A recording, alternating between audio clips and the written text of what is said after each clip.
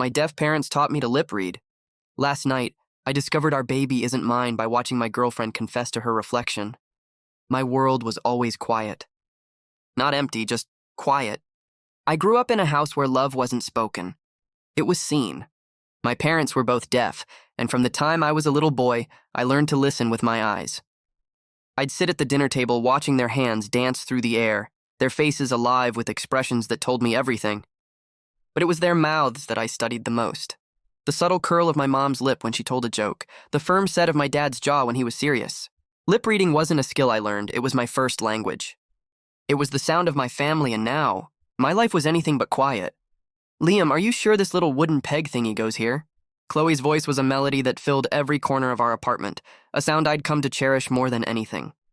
She was standing in the middle of the nursery, 8 months pregnant and radiant, holding up a tiny piece of the crib we were failing to assemble. The room smelled of fresh paint, a soft, hopeful yellow, and was littered with tiny clothes and stuffed animals. She was glowing. Her cheeks were flushed with effort, her hand resting on the perfect curve of her belly. The instructions say it's vital, she said, squinting at the diagram.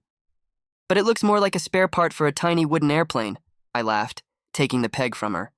That's because you're holding it upside down. I fitted the piece into place, and the side of the crib finally felt sturdy. See? Perfect. She leaned against me, her head on my shoulder, and looked at our work. You're going to be the best dad, she whispered, and my heart felt like it was going to burst. For a kid who grew up in silence, who often felt like an outsider in a world of noise, this was everything. Chloe had filled my world with laughter, with music, with late-night talks that went on for hours. She was the beautiful, vibrant noise I never knew I was missing. We were building a family. My own family. A thought so overwhelming and wonderful it still made my throat feel tight. I looked around the room, at the tiny socks folded on the changing table, at the half-finished mobile of felt stars hanging over the crib. Every piece of it felt like a promise of a future I had only dreamed of. My mom called again, Chloe said, pulling me from my thoughts. She's going completely overboard with the baby shower next weekend. She rolled her eyes, but I could see she was excited.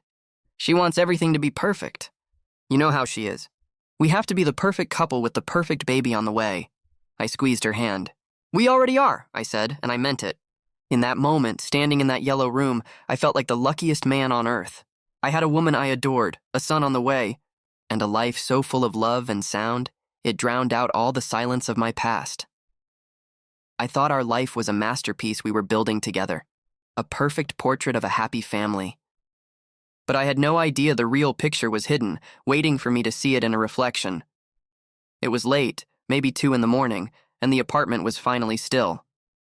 I was walking back from the kitchen after getting a glass of water, moving through the darkness on autopilot. As I passed the bathroom, I noticed the door was cracked open, a soft line of light spilling into the hallway. And there she was, Chloe. She was standing in front of the mirror, her back to me.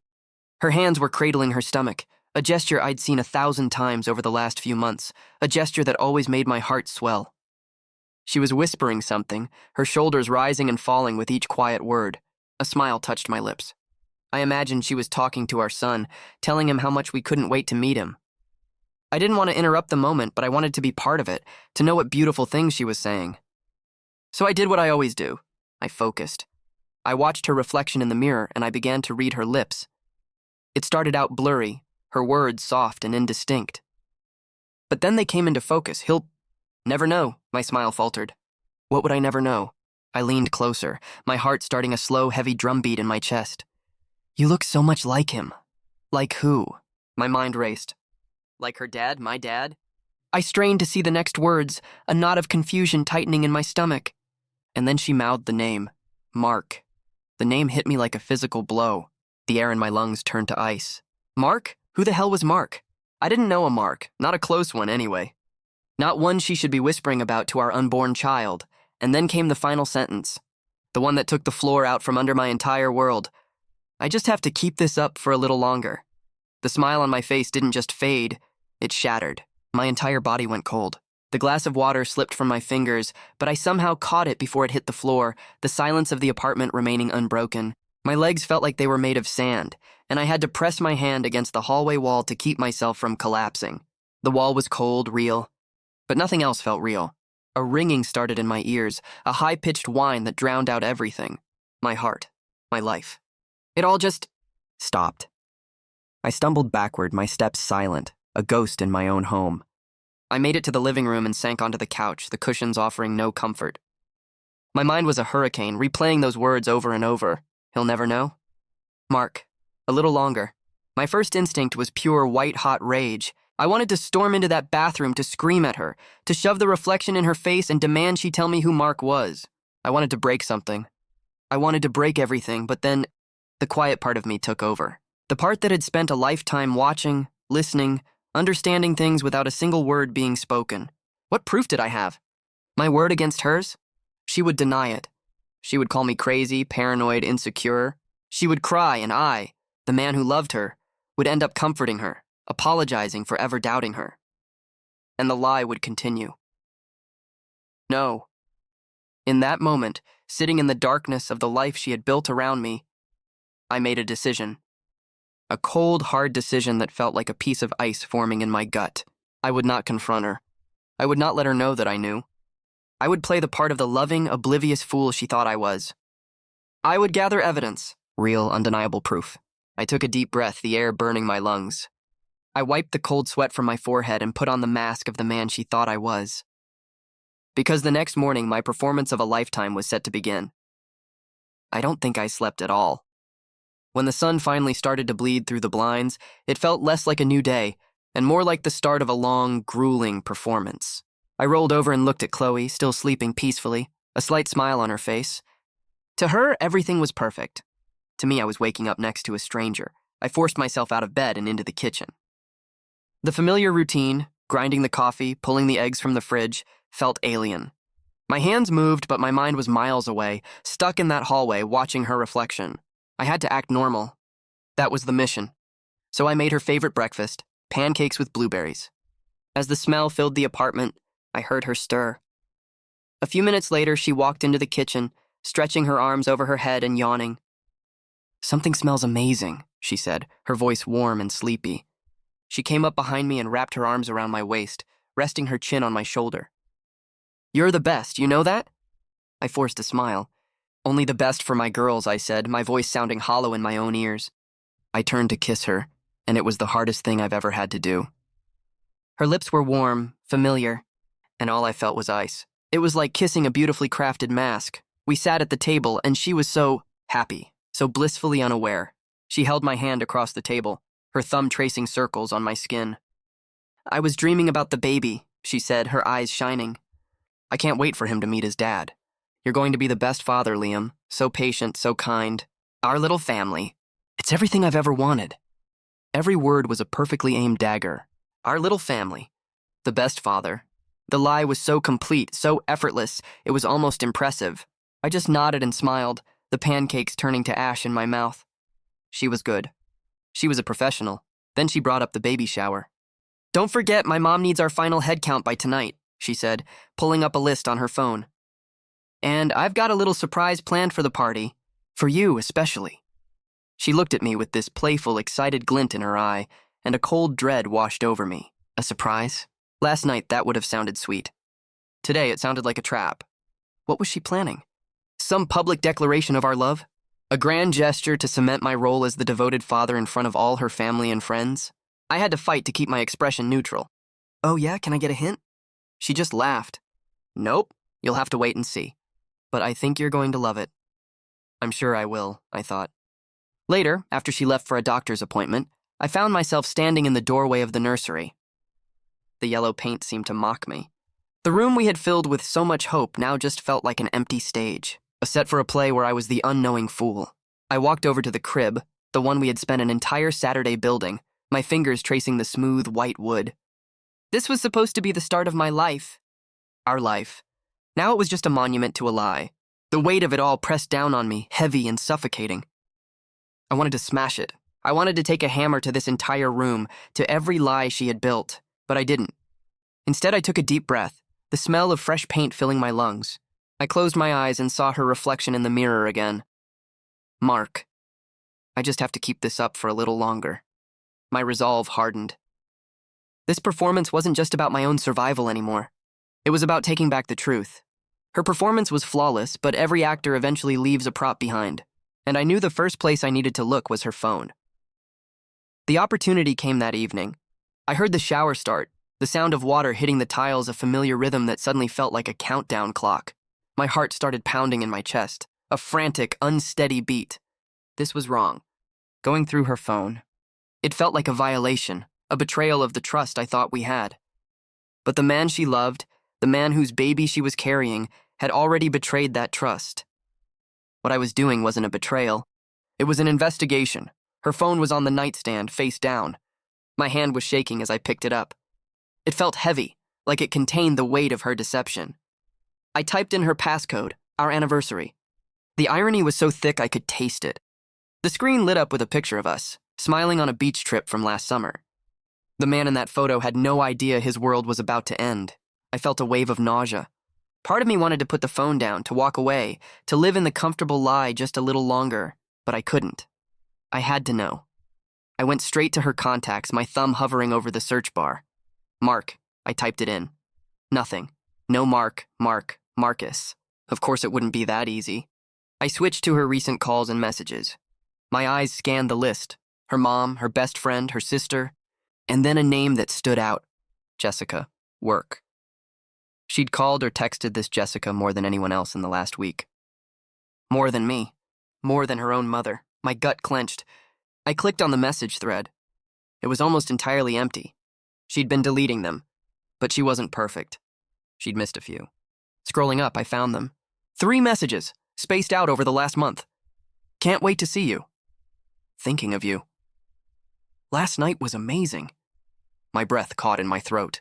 These weren't messages you send to a work friend named Jessica. I copied the number, my fingers fumbling on the screen. The sound of the shower was a constant reminder that my time was running out. I quickly pasted the number into a reverse lookup app I'd downloaded. My pulse throbbed in my ears as the little wheel spun. Searching. And then the result popped up, Mark Renshaw. The name stared back at me from the screen. It was real. He was real. A former colleague from the marketing firm she'd left 6 months ago. The sick feeling in my stomach intensified. I immediately went to his social media. His profile was public, and there he was, smiling, confident, and familiar. He had a strong jawline and deep-set eyes, features that I suddenly saw with horrifying clarity. I pulled up the ultrasound photo we had pinned to the fridge, the grainy black and white image of our supposed son. My mind started playing tricks on me, morphing the tiny face, seeing Mark's features where I had once seen mine. I felt like I couldn't breathe. This wasn't just a name whispered to a mirror anymore. This was a face. A real person who had been in my life, in my home through her. The shower stopped. I heard the water shut off, the squeak of the bathroom door opening. I deleted the lookup app from her phone, cleared the search history, and placed it back on the nightstand exactly where I'd found it. Face down. I made it back to the living room just as she walked out, wrapped in a towel, her hair dripping onto the floor. She smiled at me, a soft, loving smile. "Hey, you," she said. I smiled back, the muscles in my face feeling stiff and unnatural. The mask was back in place. But now I had a name. And I knew this was just the beginning, because as she started making plans for the baby, I started making plans of my own. Now that I had a name, Chloe's behavior started to look different. Every sweet gesture, every loving comment about our future was now tainted. I started seeing the gears turning behind her eyes. It wasn't just a secret she was keeping. It was a strategy she was executing. It started subtly. We were on the couch one evening watching some mindless TV show when she turned to me with a thoughtful expression. "Hey, you know that bonus you got from the Henderson project?" I was thinking, maybe we should open a new joint savings account just for the baby. We could put your bonus in there to get it started. For his future, you know.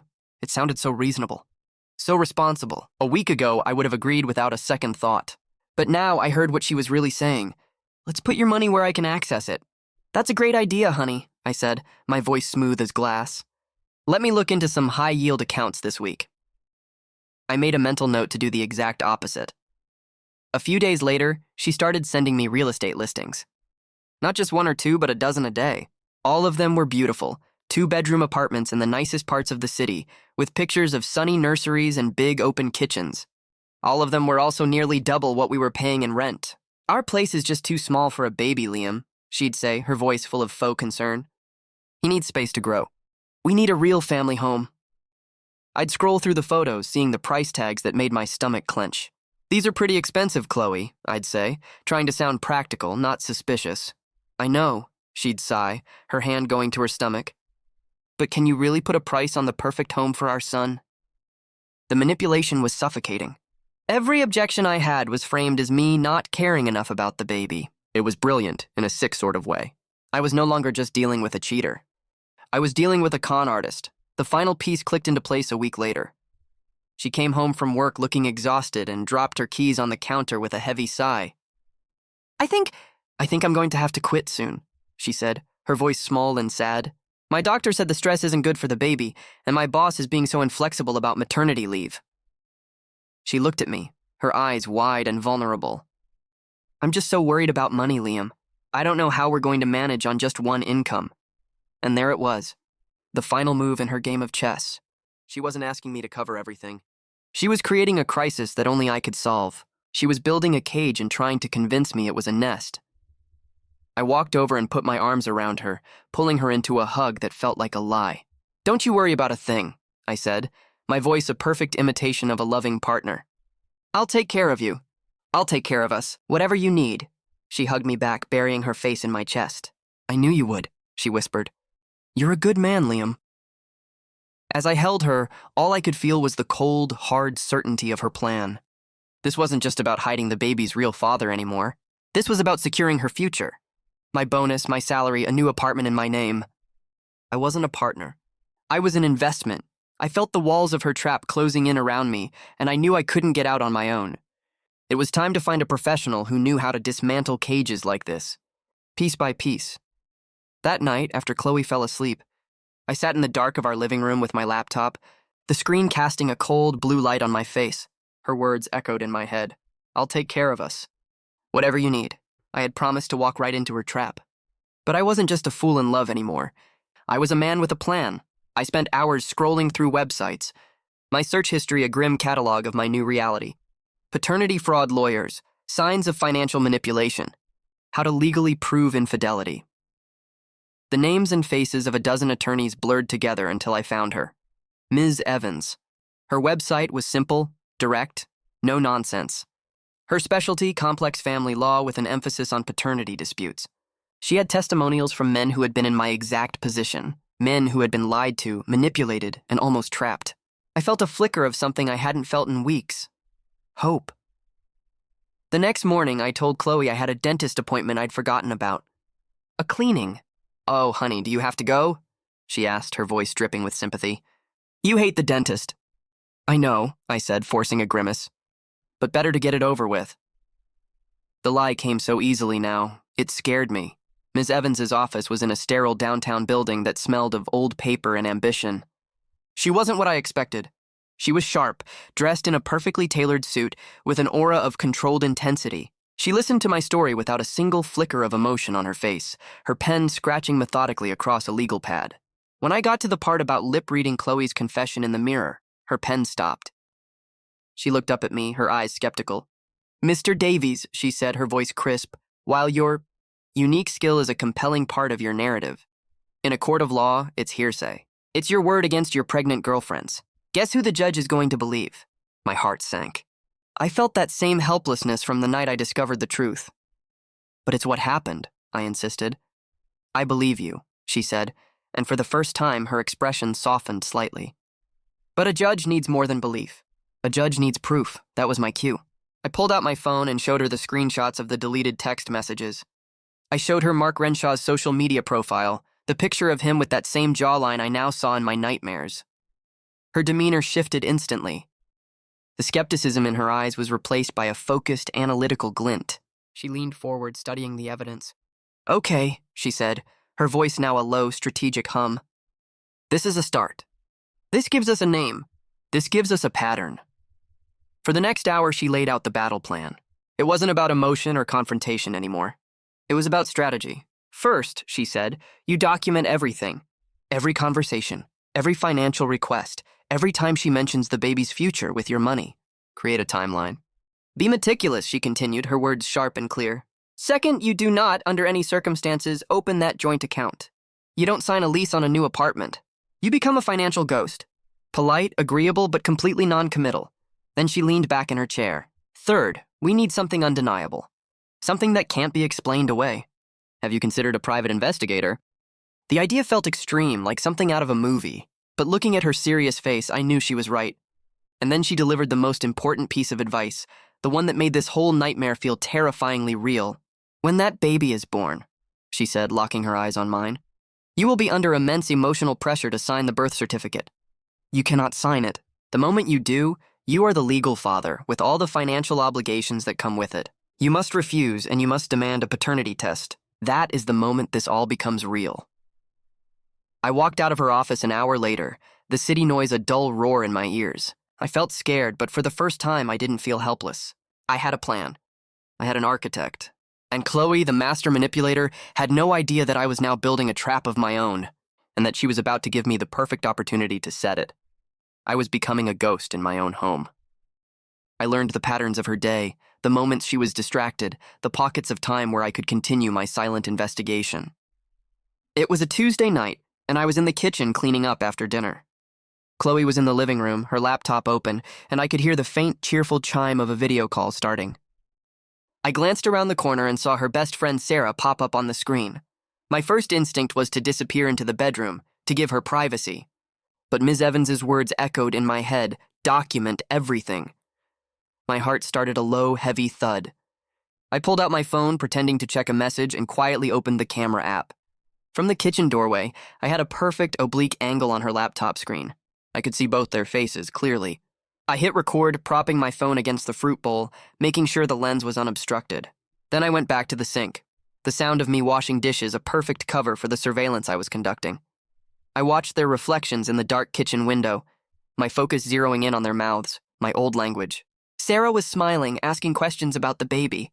Then I saw her form the words, "Are you nervous about the shower? With your mom and everyone there?" Chloe threw her head back and laughed. It wasn't her usual, genuine laugh. This one was different. Brittle, sharp, and full of something I was beginning to recognize as arrogance. She leaned closer to her camera, a conspiratorial glint in her eyes. Nervous? Sarah, please. I've got it all under control. I have a plan. My hands froze in the soapy water. A plan. The surprise she'd mentioned. I felt a chill run down my spine. Her friend Sarah looked intrigued. A plan for what? Chloe's smile widened. It was a predator's smile. For Liam, she mouthed, and I saw her glance over her shoulder toward the kitchen, making sure I was out of earshot. I'm going to have him make a speech at the party. You know, about how excited he is to be a father, how much he loves our baby. And I'm going to record the whole thing. She paused for effect, letting the weight of her words sink in. It's my emotional evidence, she continued, her lips forming the words with a disgusting precision. My insurance policy. If he ever starts getting suspicious or tries to back out, I'll have a video of him in front of my entire family, declaring his commitment. No judge in the world would side with him after that. I had to grip the edge of the sink to keep myself steady. My own words, my own love, twisted into a weapon to be used against me. It was diabolical. It was brilliant. And I was walking right into it. But she wasn't done. Sarah then asked the question I was screaming in my own mind. But what about, what about Mark? Chloe's perfect smile didn't falter. Oh, Mark, she said with a dismissive wave of her hand. I've got that handled too. I'm going to ask him to disappear for a few months after the baby's born. Go on a long vacation, visit family, whatever. Just lay low until everything is settled. Until she had me legally and financially trapped. Until the ink was dry on the birth certificate and there was no escape. I turned off the water, my hands numb. I stood there, staring at my own reflection in the dark window, listening to the sound of her laughter from the other room. The baby shower wasn't just a celebration anymore. It was a stage. It was a courtroom where she was the judge and jury, and she had already decided my fate. I stopped the recording on my phone, my thumb shaking as I hit the button. I now had her entire strategy, in her own words, and I realized my counterplan had to be just as ruthless, and it had to happen right there on her stage in front of her entire family. Hiring a private investigator felt like crossing a final, invisible line. It was something that happened in movies, not to a guy like me. But Ms. Evans was right. I needed something clean, something irrefutable. Something a judge couldn't ignore.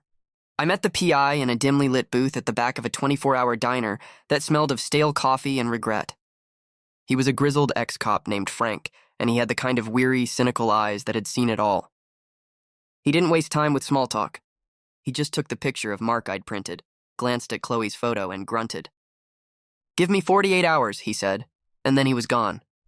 Those 48 hours were the longest of my life. I went to work. I came home. I played the part of the happy, expectant father. But every moment was filled with a buzzing, nervous energy. Every time my phone buzzed, my heart leaped into my throat. I was waiting for the final nail in the coffin of my old life.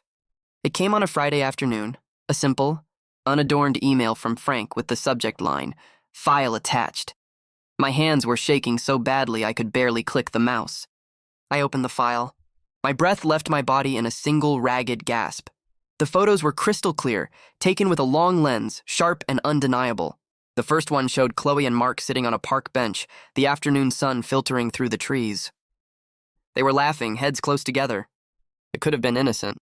It could have been two old friends catching up. But the next one? The next one destroyed that illusion completely. Mark's hand was on her pregnant stomach. Not a casual touch. It was a tender, possessive gesture. The kind of touch a father gives. His thumb was caressing the curve of her belly, his face soft with an emotion I couldn't misread. And then, the final photo, they were kissing. Not a friendly peck on the cheek. A real kiss, deep, passionate, and full of a history I was never a part of. He had his hand on the back of her head, her fingers were clutching his arm. The world outside that frame didn't exist for them. I just stared at the screen, a roaring in my ears. All the whispers, all the doubts, all the sick feelings in the pit of my stomach. They all crashed together into a single horrifying certainty. The visual proof was a different kind of pain. It was a visceral, brutal confirmation that I wasn't just being paranoid. I was being played for a complete and utter fool. Frank's report was attached below the photos. It was as blunt as he was. It detailed their meeting, the time, the location. It also included a background check on Mark. And buried in the details was the motive. Mark Renshaw had recently received a small inheritance from a grandparent, just over $50,000. Not life-changing money, but enough. Enough for Chloe to see him not just as the father of her child, but as another financial safety net, a backup plan. I closed the laptop, my whole body trembling with a cold, focused rage. The hurt was still there, a massive, gaping wound in my chest. But now it was mixed with something else. Clarity. I had everything I needed. The lip reading, the video call, and now this. The photographic proof, an airtight case. I looked at the calendar on my wall. The baby shower was tomorrow. Chloe's perfect stage for her perfect trap. She had no idea that the guest of honor had just been uninvited, and a new one was about to take his place. The day of the baby shower arrived like a slow-motion car crash. I woke up that morning feeling a strange, hollow calm. The storm of rage and grief had passed, leaving behind a cold, hard resolve. Today was the day. The party was at her parents' house. Walking in felt like stepping onto a movie set. Pink and white balloons bobbed against the ceiling. A banner screamed, "It's a boy!" over the fireplace, and the air smelled sickly sweet with cake and perfume. It was a perfect picture of happiness, and every part of it was a lie. Chloe's family swarmed me the moment I walked in. Aunts and cousins I'd met only a handful of times hugged me, patting my back and telling me how excited they were. "You're going to be such a wonderful father," one of them said, and I just smiled, the mask firmly in place. My stomach was a tight knot of anxiety. I was a ticking bomb, and the timer was counting down. Chloe's mother pulled me aside near the gift table, her eyes shining with tears. "Liam," she said, clutching my arm, "I just want to thank you. For everything. For taking such good care of my daughter. You are a true blessing." I looked at this woman, this accomplice to her daughter's deception, and I felt nothing but a cold, empty pity. "Of course," I said, my voice steady. "I love her. Chloe was the star of the show, of course. She sat in a chair that looked like a throne, surrounded by mountains of gifts, glowing, laughing, playing the part of the adored mother-to-be to perfection. I stood beside her, the loyal partner, rubbing her shoulders, fetching her drinks, smiling for photos. Every touch, every smile was a performance. Inside, I was just counting the seconds. Finally, after the cake was cut and the silly games were played, Chloe clinked a glass to get everyone's attention. She stood up, her hand on her belly, a beatific smile on her face.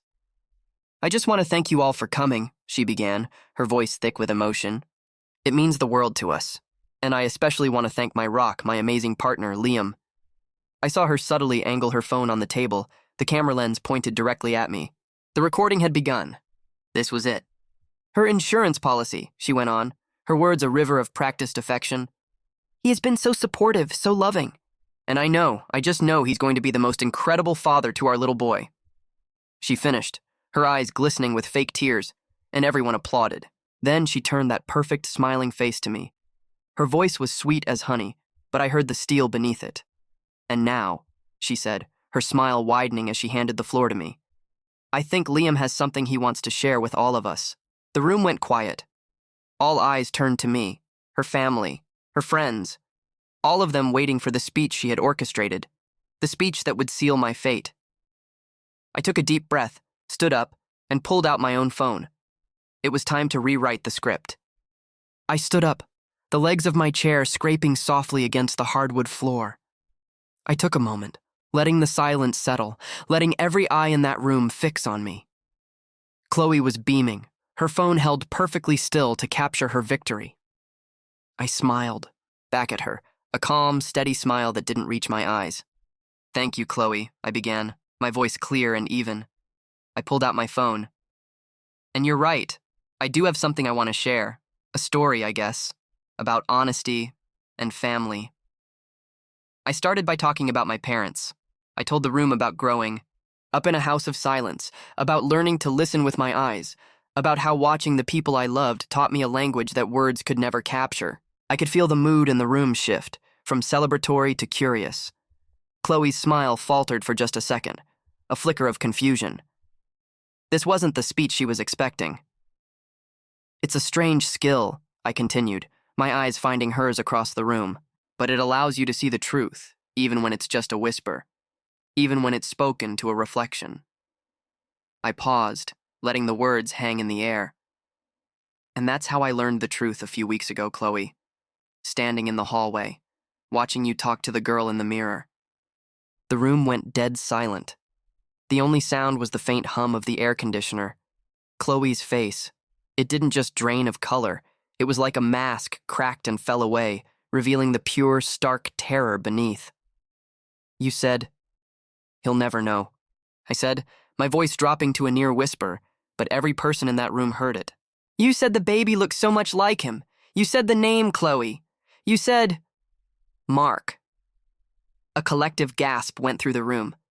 Chloe's mother stood up, her mouth opening and closing like a fish. Chloe just stared at me, her eyes wide with disbelief and panic. But I was just getting started. I know you were all expecting a speech about fatherhood, I said, my gaze sweeping across the stunned faces. So let's talk about the father. With a tap on my phone, I sent the file. On the large, digital photo, frame in the corner of the room, the one that had been cycling through happy photos of Chloe and me all afternoon, a new image appeared. It was the picture of Chloe and Mark in the park, his hand on her stomach. The image hung there for 5 seconds and then it changed. To the next one. Them kissing. Someone in the room swore loudly. Chloe made a small, choked sound. And Chloe, you were right to want to record my speech, I said, turning back to her. You called it emotional evidence, an insurance policy. I think everyone here deserves to hear that plan. I hit play on another file, and suddenly, Chloe's own voice, gleeful and conspiratorial, filled the silent room. I'm going to have him make a speech about how excited he is to be a father. It's my insurance policy. If he ever starts getting suspicious. Her recorded voice echoed through the living room, every word a hammer blow dismantling her lies in front of everyone she knew. She put her hands over her ears, shaking her head, tears of humiliation finally streaming down her face. When the recording finished, I let the silence hang for another long, painful moment. Then I delivered the final blow. The baby isn't mine, I said, my voice ringing with a final, cold clarity. I turned my head toward the back of the room, near the entryway, where a man was standing awkwardly, having just been let in by Frank, my PI. He looked pale and terrified. And Mark, I said, my voice loud enough for everyone to hear, I believe this belongs to you. For a moment, nobody moved. The only sound in the room was the soft, tinny audio of Chloe's voice still looping from my phone. Insurance policy. Insurance policy. Then, the room exploded. It wasn't just noise. It was the sound of a carefully constructed reality shattering into a million pieces. Chloe's mother was the first to find her voice. She wasn't speaking, she was shrieking. "What did you do?" she screamed, turning on Chloe, her face a mask of fury and humiliation. "How could you do this to us?" Chloe's friends, the ones who had been laughing and celebrating just minutes before, were backing away from her, their faces pale with shock and disgust. I saw one of them whisper to another, her eyes wide with horror. Across the room, Mark Renshaw looked like a cornered animal. He took a step toward the door, his eyes darting around for an escape, but a calm, firm figure stepped into his path. Ms. Evans, my lawyer. And right behind her was Frank, the PI. "Mr. Renshaw?" Ms. Evans said, her voice cutting through the chaos. "I believe this is for you." She handed him a thick envelope. "You've been served. Paternity suit." Mark stared at the papers in his hand as if they were a snake. He looked from the documents to Chloe, then back again, the reality of his situation crashing down on him. He wasn't just a guest at this party anymore. He was a defendant. That's when Chloe finally broke. She started sobbing, not the delicate, performative tears from her speech, but ugly, gasping sobs that shook her entire body. "It's not true," she screamed at her mother, at her friends, at anyone who would listen. "He's lying. He's twisting everything." When she realized no one was buying it, she turned on me, her face a mess of tears and rage. "You did this," she shrieked, pointing a shaking finger at me. "You wanted to humiliate me. You couldn't stand to see me happy." And then just as quickly she collapsed into begging. "Liam, please," she cried, her voice dropping to a desperate whimper as she took a step toward me. "Don't do this. We can fix this. Please don't leave me." I just looked at her, at the woman I thought I knew, the woman I thought I was going to spend my life with. And I felt nothing. The anger, the grief, it was all gone. All that was left was a vast, cold emptiness. I didn't say a word. I just turned and walked away from the chaos of the living room, my steps steady and sure. I walked down the hallway, past the pictures of us smiling on vacations, past all the little trinkets of a life that was never real. I walked into the nursery, that soft, yellow room that was supposed to be the start of our future. I grabbed the duffel bag I had packed that morning, already sitting at the foot of the crib. It had a change of clothes, my laptop, my toothbrush. Everything I needed. Everything that was actually mine. From the living room, I could still hear the screaming. Chloe, her mother, the confused guests. It was a symphony of destruction. Her destruction. I slung the bag over my shoulder, took one last look at the empty crib, and walked out. I didn't look back. I didn't say goodbye. I just walked out the front door, leaving the noise and the lies and the wreckage of her life behind me, and for the first time in months, I felt like I could finally breathe. It's been 6 months since the baby shower. My new apartment is smaller.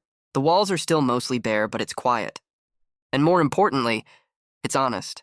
There are no ghosts here, no whispers and reflections. The only voice I hear is my own.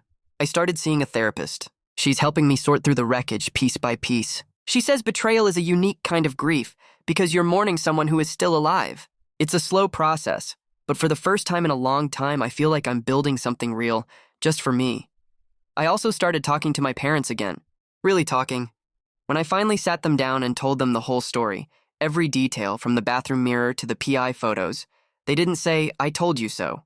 They didn't judge. My mom just held my hand, her eyes filled with a sadness that mirrored my own. And my dad looked at me, and for the first time in my life, he told me he was proud of me. Proud that I didn't let someone else's lie become my life. The divorce was finalized last month. Ms. Evans was as sharp in court as she was in her office. With all the evidence we had, the recordings, the financial manipulation, the clear intent to commit paternity fraud, Chloe didn't stand a chance. The judge saw the whole affair for what it was, a calculated, cruel deception. She walked away with nothing but the consequences of her own choices.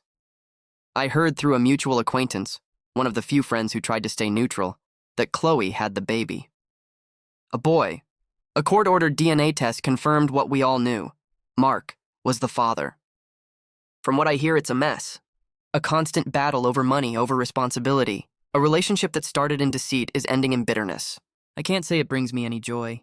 It's just a sad, inevitable ending to a story they wrote themselves. Last night, I was scrolling through old photos on my phone and I stumbled upon a folder I'd forgotten about. It was labeled Us. I clicked on it, and there we were. Smiling on that beach trip, laughing at a concert, celebrating our first anniversary. A whole life I thought was real, captured in pixels. For a moment, it hurt. That old, familiar sting of what I thought I'd lost. But then I took a deep, steadying breath. That life wasn't real. That man in the photos wasn't even me, not really. He was a character in her story, a role I was playing. And the show was over. So one by one, I selected the pictures. And I hit delete. I watched as years of memories vanished from my screen. Then I went to my contacts. I scrolled down to her name. My finger hovered over it for a long moment. It wasn't about anger anymore.